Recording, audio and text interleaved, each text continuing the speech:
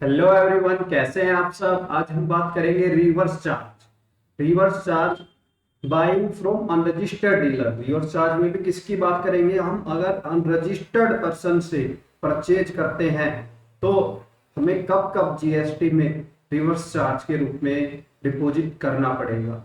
ये सारी चीजें आज हम डिस्कस करेंगे। अगर आप चैनल पर नए हैं और अभी तक आपने चैनल को सब्सक्राइब नहीं किया है तो कृपया चैनल को सब्सक्राइब कर लें। ओके जी, स्टार्ट करते हैं। तो रिवर्स चार्ज का मतलब क्या होता है, पहले ये जानने की कोशिश करते हैं। नॉर्मली जीएसटी में जीएसटी कौन पे करता है, सप्लायर। कौन जीएसटी पे करता है, जो सेलर होता है, सप्लायर होता है, वही क्या करता है, जीएसटी पे करता है। तो रिवर्स चार्ज में कौन जीएसटी पे करेगा, पर in case of reverse charge GST paid by the recipient. कौन जीएसटी पे करता है, रिसिपिएंट। और रिवर्स चार्ज के सेक्शन कौन कौन से हैं, 93, 94, 95 of CGST act. 93, 94, 95 of CGST act. आज हम डिस्कस करेंगे कौन से सेक्शन के बारे में, सेक्शन 94। अगर हम अनरजिस्टर्ड पर्सन से कुछ परचेज करते हैं तो हमें किन किन केस में जीएसटी पे करना पड़ेगा। तो if a registered person purchase goods और service from an unregistered person, 94 कब लगेगा, जब हम रजिस्टर्ड पर्सन, कोई कौन कर रहा है, रजिस्टर्ड पर्सन किससे परचेज कर रहा है, अनरजिस्टर्ड पर्सन से। तो क्या करना पड़ेगा, रजिस्टर्ड पर्सन पे जीएसटी अंडर रिवर्स चार्ज। तो जीएसटी कौन पे करेगा, रजिस्टर्ड पर्सन जिसने परचेज किया है वो जीएसटी पे करेगा। बट ये कुछ ही गुड्स पर और सर्विसेज पर है, ये नहीं कि हमेशा ही हमें रिवर्स चार्ज में जीएसटी पे करना है, ऐसा नहीं है।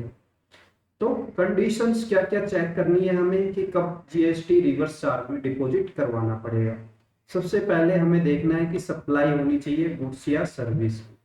जो सप्लाई की है वो क्या होनी चाहिए, टैक्सेबल। जीएसटी के अंदर क्या है, टैक्सेबल है वो गुड्स और सर्विस। सप्लाई किसने की है, अनरजिस्टर्ड पर्सन ने। सप्लाई किसने की है, अनरजिस्टर्ड पर्सन ने। सप्लाई किसको की है, to a registered person, to a registered person.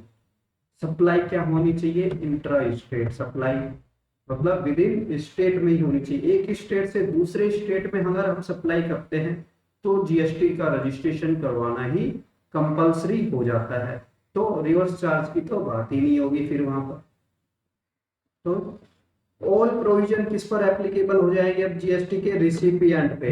Recipient ही क्या बनाएगा, इनवॉइस बनाएगा, रिटर्न फाइल करेगा, टैक्स पे करेगा, और जो टैक्स पे किया है उसका इनपुट भी क्लेम कर सकता है, क्लेम एज इनपुट।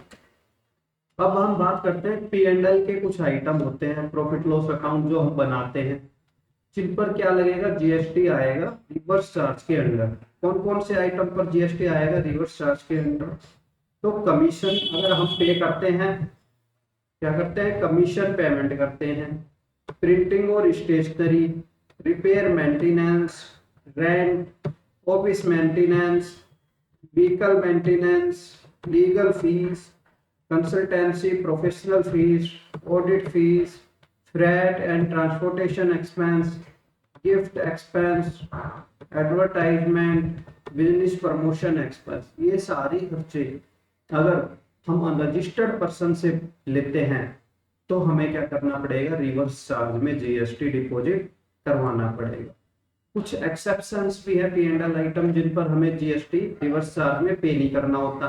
कौन कौन से, सैलरी वेजेज हो गया, जैसे इलेक्ट्रिसिटी का बिल आता है हमारा, इंटरेस्ट पेमेंट, पेट्रोल और डीजल, जो इन पर तो अभी जीएसटी एप्लीकेबल नहीं है, गवर्नमेंट फीस, और जो एग्जम्प्टेड गुड्स है जीएसटी में, जो एग्जम्प्टेड गुड्स है अगर हम वो अनरजिस्टर्ड पर्सन से परचेज करते हैं तो हमें कोई जीएसटी पे करने की आवश्यकता नहीं होती। ओके जी, please like and subscribe the channel. Thank you so much. अगर आपने चैनल को सब्सक्राइब नहीं किया है तो कृपया चैनल को सब्सक्राइब कर लें।